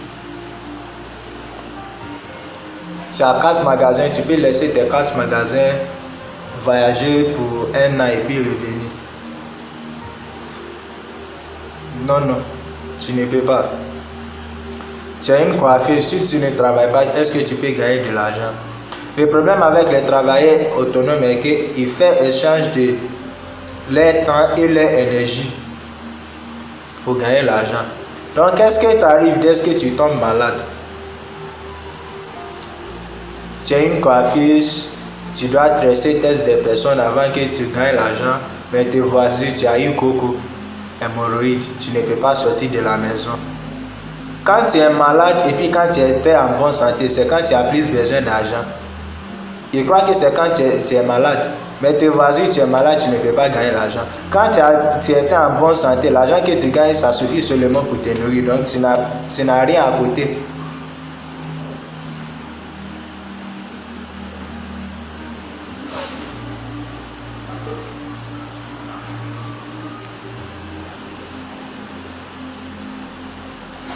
Les choses que nous parlons de, ce ne sont pas seulement les classifications des emplois. ce sont aussi les classifications des mentalités. Un employé travaille pourquoi? Il travaille à cause de sécurité. C'est la raison pour laquelle il cherche un job partout. C'est son mindset, la sécurité. Au moins si j'ai eu travail avec MTN, je sais que au moins chaque fin de mois mon salaire est sûr. C'est le mot sûr. Mon salaire est sûr. Je sais que ça là est sûr. Je sais que au moins chaque fin de mois j'ai 200 000. Chaque fin de mois j'ai 300 000. C'est la sécurité. Les travailleurs autonomes, le mentalité c'est la liberté. La plupart de ceux qui se trouvent dans cette catégorie sont des anciens employés, ceux qui ont été les employés, mais ils n'aiment pas, comme nous avons parlé de les 3 choses que les patrons font là, comme ils n'aiment pas travailler en bas de quelqu'un, ils ne veulent pas que quelqu'un va les contrôler, que quelqu'un va les parler, va les insulter. Donc, ils décident de travailler eux-mêmes pour eux-mêmes. Donc, les travailleurs autonomes travaillent eux-mêmes. Ou bien eux-mêmes avec quelques personnes. Donc, la raison pour laquelle ils travaillent, la mentalité qu'ils travaillent avec, c'est la liberté. Je vais être libre. Je vais être libre. Et puis, c'est la raison pour laquelle les travailleurs autonomes sont pauvres. Pourquoi? Ils travaillent seuls. Selon la loi d'entreprise, avant que tu puisses appeler aucune activité une entreprise, tu dois avoir plus que 500 personnes qui travaillent avec toi en tant que des employés.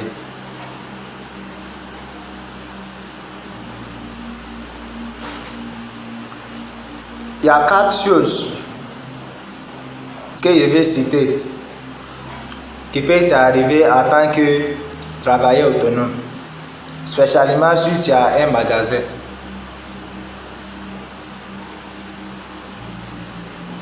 Premièrement, c'est police du gouvernement,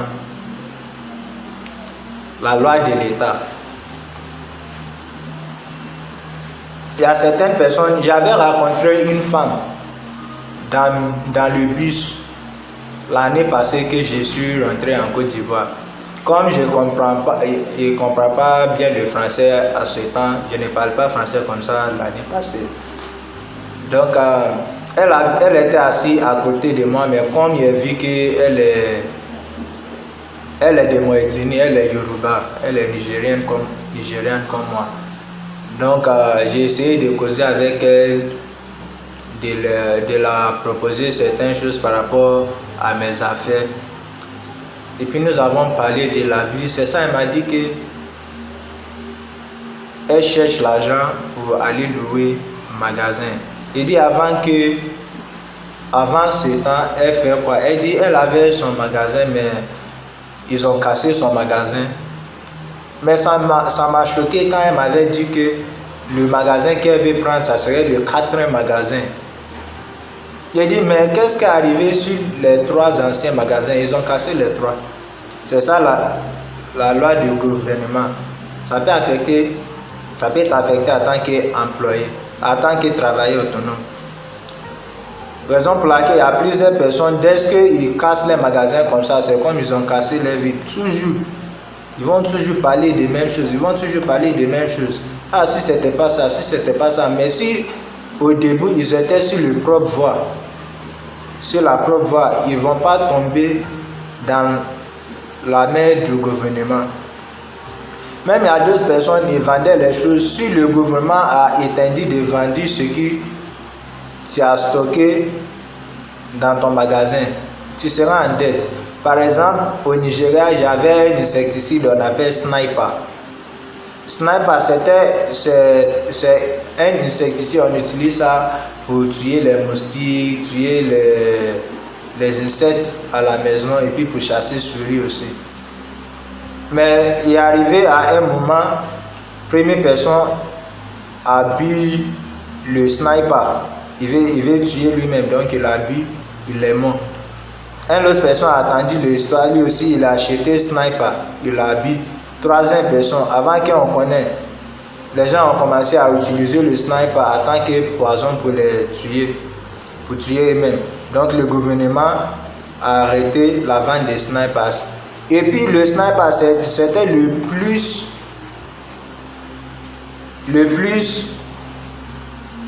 ou bien, comme on dit, c'était l'insecticide qui a le plus efficacité. Donc, j'espère qu'un homme d'affaires, un vrai homme d'affaires, quand il voit que vraiment les gens achètent ce produit, il va aller acheter beaucoup parce qu'il veut acheter en gros pour revendre pour avoir beaucoup de bénéfices. Mais il s'est levé le prochain jour et puis le gouvernement a interdit la vente des snipers. Pourquoi? Il veut arrêter ce que les gens font. Les polices d'État, la loi de l'État peut t'empêcher en tant qu'un travailleur autonome. Deuxièmement, c'est la concurrence. Il n'y a pas ce que tu veux vendre aujourd'hui qu'il n'y a personne qui ne vend pas. Il faut partir à jamais. Un rang comme ça, tous ceux qui sont là, ils font quoi? Ils vendent des qui sont ici, ils vendent quoi? Ils vendent caoutchouc. Ceux qui sont ici, ils vendent quoi? Ils vendent habits. La concurrence n'est pas une bonne chose. Parce que la concurrence, c'est ça qui va faire que tu vas acheter quelque chose à un prix et puis tu vas vendre à le prix qui ne te plaît pas. Pourquoi? Parce que ton voisin, le magasin à côté, vend ça comme ça. Donc la concurrence peut te faire perdre bénéfice, peut te faire échouer en tant qu'un travailleur autonome.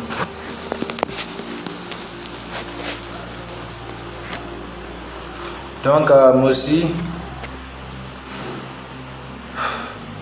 donc la concurrence, quand il y a trop de personnes qui vendent la même chose que tu vends là, ça devient difficile. Troisième, c'est âge. Tu peux être jeune aujourd'hui, tu vends quelques tu peux soulever tes bagages, mettre dehors. Quand tu serais 80 ans, 90 ans, est-ce que tu peux continuer avec ce que tu fais? Dernier, c'est la technologie. Aujourd'hui, avec des achats en ligne, ce que tu veux aller stocker dans ton magasin, c'est ce que moi, je vais chercher sur le net, sur mon téléphone, et puis je vais commander en ligne, et puis ils vont me livrer. Donc, ces quatre choses peuvent t'affecter en tant qu'un travailleur autonome. Sachez qu'en tant qu'un travailleur autonome, tu ne peux pas réussir parce qu'on ne réussit pas dans la solitude.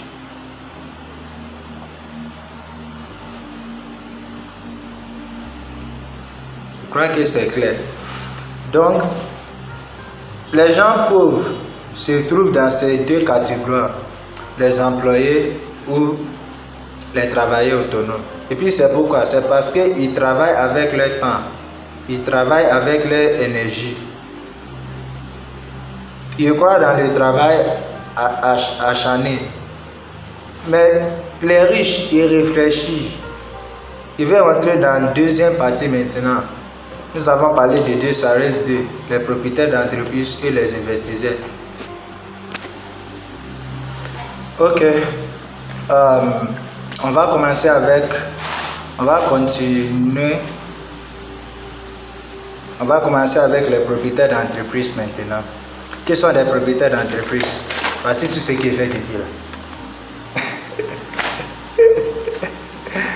C'est bon, non? Voilà, c'est tout ce que nous avons discuté depuis là.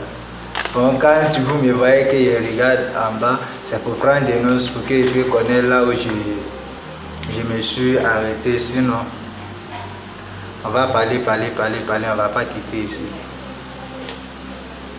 Qui sont les propriétaires d'entreprise? Est-ce que nous avons besoin de définir? Ceux qui ont des propres entreprises, qui sont le chef de leur entreprise. Comme je disais la dernière fois, il y a une différence entre le propriétaire de magasin et puis un propriétaire d'entreprise. Pourquoi? Je vous avais dit, premier et le plus important différence, c'est la quantité de personnes qui travaillent avec, le nombre de personnes qui travaillent avec. En tant que travailleur autonome, lorsque vous ne travaillez pas avec 50 personnes, vous êtes un travailleur autonome. Mais lorsque vous travaillez avec plus que 50 personnes, et puis normalement, si vous avez arrivé à travailler avec plus que 500 personnes, vous êtes un propriétaire d'entreprise. Comme je vous avais dit que ces 4 catégories ne sont pas juste là pour être là. Ces 4 catégories sont des 4 différentes mentalités. Les employés travaillent pour la sécurité, les travailleurs autonomes travaillent pour la liberté, les propriétaires d'entreprise travaillent pour la liberté du temps. Je vais avoir mon propre entreprise. Pourquoi? Je veux que les gens vont travailler quand moi-même je suis en train de me reposer. C'est la raison pour laquelle j'ai décidé d'avoir moi-même mon propre entreprise. Parce que j'ai besoin de mon temps. Je veux utiliser mon temps pour ce que je veux, pas d'être conduit partout. Sachez que si vous n'êtes pas prêt de vous discipliner, quelqu'un d'autre va vous discipliner. Tu ne peux pas te lever chaque matin pour penser de ta vie. Quelqu'un d'autre va t'employer et puis tu n'as pas de choix mais de penser sur lui ses affaires. Le propriétaire d'entreprise travaille pour la liberté du temps. Ces personnes travaillent avec plus que 500 personnes. Je vais vous donner les... Il m'avait dit le mot là, mais je crois que j'ai oublié. Je vais essayer à rappeler après. Oui, je me rappelle. Les exigences. Il y a 5 exigences majeures que vous devez avoir si vous voulez avoir votre propre entreprise. Donc pour vous qui ont rejoint l'académie parce que vous voulez avoir votre entreprise, vous devez être toujours concentré. Parce que ce que vous cherchez c'est ici, mais ça ne vient pas de la manière que vous pensez. C'est pas que tu vas te lever un jour et puis Samuel va venir t'envoyer quelque part et puis il va te dire voici ton entreprise. Voici ton nom dessus. Are you playing? Funke. 5 exigences. Le premier exigence, c'est la connaissance. Deuxième exigence, c'est l'entreprise. Troisième exigence, c'est la capitale. Quatrième exigence,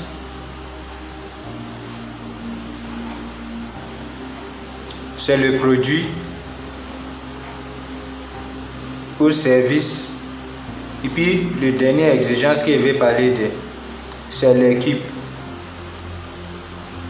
La connaissance. Tu ne peux pas rentrer dans l'entrepreneuriat si tu n'as pas certaines connaissances. Pour être un propriétaire d'entreprise, il y a plusieurs choses à apprendre. Tu dois apprendre comment s'habiller pour le succès. Tu dois apprendre comment traiter avec des gens, comment avoir de bonnes relations avec des gens, avec des employés, avec des clients, avec les collègues. Vous devez avoir les connaissances financières, comment faire les comptabilités, les autres choses comme ça. Tu dois avoir connaissance sur le marché, connaissance sur le marketing, connaissance sur plusieurs choses. Donc le magasin que le monsieur est en train d'opérer et puis lui il s'appelle un homme d'affaires, un propriétaire d'entreprise. Il faut lui demander combien de livres il a, combien de livres il a déjà lu sur l'entreprise, c'est l'entrepreneuriat. Deuxième, c'est l'entreprise. C'est l'entreprise même qui est l'entreprise. Quand on parle de l'entreprise, ce n'est pas un bureau physique qu'on peut voir avec les yeux. Quand on dit une entreprise existe, c'est en fonction de les inscriptions avec l'État. C'est-à-dire l'entreprise doit être bien connue par l'État avant qu'on puisse dire vraiment il y a une entreprise. Par exemple, Amazon, ici en Côte d'Ivoire, depuis que je me suis rentré en Côte d'Ivoire, je n'ai pas encore vu un bureau physique où ils ont placé placard de Amazon. Mais ils font les activités en Côte d'Ivoire. Pourquoi? Ils sont inscrits ici en Côte d'Ivoire. Ils sont enregistrés, oui, c'est le mot. Ils sont enregistrés. Troisième, c'est la capitale. C'est la capitale. C'est ça qui est le premier. J'ai fait exprès pour envoyer ça au milieu. Parce que c'est la première chose même qui décourage les gens d'entreprendre le capital. Pour avoir une entreprise moderne, vous devez avoir au moins 5 millions. Si je te dis maintenant que mon ami, je vais t'aider à avoir ton entreprise, mais tu dois envoyer 5 millions. On ne sait pas l'année que tu vas trouver les 5 millions pour venir. Parce que tu voulais entreprendre, parce que tu voulais gagner de l'argent. Si tu avais 5 millions, est-ce que tu vas penser de faire quelque chose?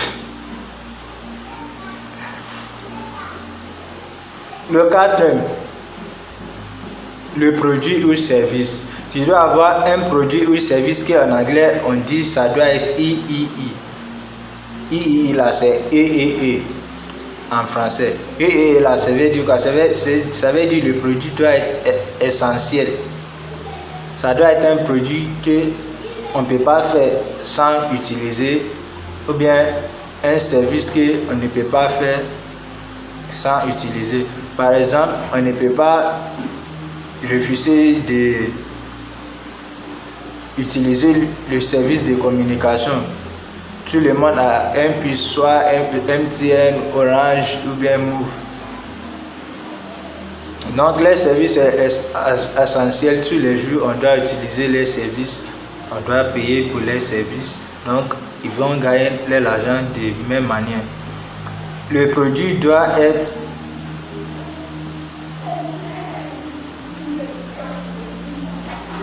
essentiel pour tout le monde tous les jours. Donc, le dernier, c'est l'équipe. Comme j'avais dit, avant que vous pouvez vous appeler en tant qu'un propriétaire d'entreprise, vous devez avoir au moins 500 employés que vous payez. Imagine, vous avez 500 employés et puis vous payez en average les 500 employés 100 000 francs chaque fin de mois. Est-ce que vous connaissez combien vous avez le payer en tant que les salaires à la fin du mois? Parce que selon la loi de l'entrepreneuriat, tu ne dois pas payer un salarié plus que 10% de revenus qu'il donne à l'entreprise. C'est une loi. Donc, ceux qui gagnent salaire sont toujours sous-payés. Tu ne peux pas être payé également à ta valeur en tant que salarié. C'est la vérité. Si tu travailles pour moi et puis tu te payes 100 000, sachez que je considère que le travail que tu fais pour moi, c'est égal à au moins 1 million. Parce qu'en Afrique, ici, on ne paye pas même avec 10%. Il y a d'autres qui payent avec 3%, il y a d'autres qui payent avec 1%. Imagine, il y a des personnes qui travaillent pour des entreprises et puis on les paye 60 000 chaque 2 semaines. Même il y a d'autres chaque fin du mois.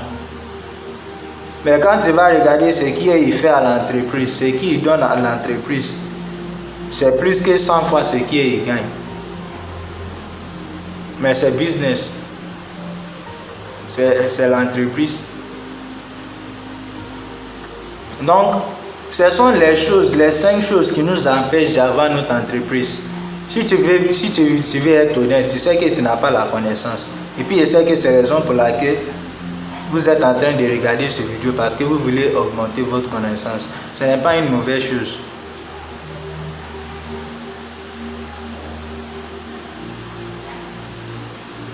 On dit, lui qui ne connaît pas et puis qui n'accepte pas qu'il ne connaît pas, il est folle. Bien, c'est un fou.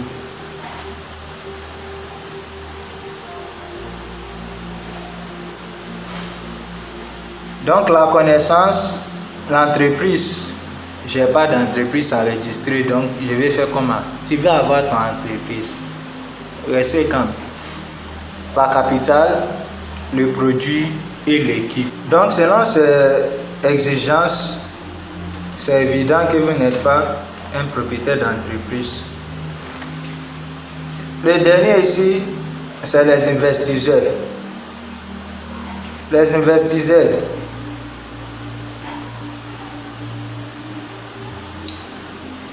À part le 4 mentalité, le manière de travail aussi est important. Qu'est-ce que l'employé fait? L'employé travaille pour l'argent, n'est-ce pas? Il travaille pour l'argent. Il utilise leur temps et puis leur énergie pour gagner l'argent. Même chose avec les travailleurs autonomes. Mais en tant qu'un travailleur autonome, c'est la même chose en tant qu'employé. C'est parce que tu as seulement changé de patron. Maintenant, ce n'est pas ton patron qui te paye salaire, c'est ton magasin qui te paye salaire. Donc les choses que tu fais à ton patron, tu fais le même à ton magasin.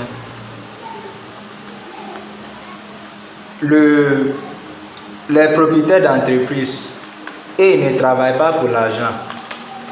Et ils utilisent les gens pour gagner de l'argent.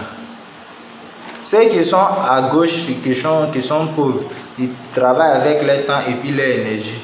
Ils travaillent, ils croient dans le travail acharné, mais ceux qui sont à droite, qui sont riches, ils travaillent avec leur système.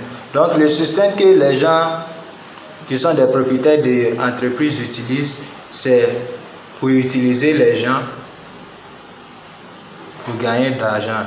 Donc, ils ont des chefs d'entreprise, les entreprises sont là, ils cherchent seulement ceux qui vont rester toujours là pour opérer l'entreprise. Les investisseurs, et ils n'utilisent pas leur temps, ils n'utilisent pas leur énergie, même ils n'utilisent pas les gens. Qu'est-ce qu'ils font? Et ils font quoi? Ils utilisent leur argent pour gagner plus d'argent. Ils utilisent ce qu'ils ont pour gagner plus. Donc, en tant qu'investisseur, le mindset ici, ce n'est pas sécurité, ce n'est pas la liberté, ce n'est pas liberté du temps, c'est la liberté financière. C'est la liberté financière. La liberté financière, c'est un état que tu n'as même pas besoin de penser de qu'est-ce que tu vas manger, qu'est-ce que tu vas acheter. Je vais vous donner un exemple dans cette partie. Au Nigeria, il y a un milliardaire qu'on appelle Femi Otedola. Femi Otedola, il est un milliardaire. Le monsieur a 3 filles. Un jour, il a appelé ses 3 filles et puis il les a dit de lui croiser quelque part. Ils vont aller faire les achats. Quand ils avaient arrivé là, ils ont fait tous de leurs achats, acheter les parfums, les accessoires, habits, chaussures, nourriture, tout. Et puis à la sortie, le monsieur avait découvert que là où ils avaient garé, c'était pas seulement un parking, mais ils vendaient des voitures là-bas aussi. Sachez ce qui est passé. Le monsieur a acheté Lamborghini, Ferrari Lamborghini. C'était Lamborghini Aventador. C'est ça le modèle de Lamborghini là. Il avait acheté 3 pour ses 3 filles en même temps. Mais ce qui m'intéresse dans cette histoire est que il n'a pas pensé de ça avant de sortir de la maison. C'est ça qu'on appelle la liberté financière. Toi, si tu veux acheter un nouveau sac, tu dois garder l'argent au moins 3 mois. Si tu veux acheter un téléphone, tu dois coucher avec 6 gars. Lui là va te donner 10 000, lui là va te donner 20 000, lui là avant d'acheter un seul téléphone. Il faut avoir la liberté financière. Pour avoir la liberté financière, ce n'est pas un voyage d'un jour. C'est ce qu'on construit dessus un peu, jusqu'à nous arrivons à nos destinations. La liberté financière. Le idée, c'est d'avoir liberté financière en tant qu'investisseur. Et puis vous connaissez déjà que pour être un investisseur, vous devez avoir des milliards. Vous devez avoir les milliards. Donc, c'est ça le quadrant de cash flow bien détaillé. Donc, on va progresser avec la formation. La prochaine formation que nous allons faire serait basée sur comment vous pouvez construire votre entreprise. Comme nous n'avons pas les 5 millions pour moi faire quelque chose pour démarrer, comment nous pouvons faire et puis comment moi-même j'ai arrivé à faire avec 0 CFA. Malgré que je me suis rentré en Côte d'Ivoire et puis tous mes bagages étaient volés et puis je n'avais rien sur moi. Seulement que mon cerveau était intact. Ok, d'accord. On se raconte dans la prochaine formation.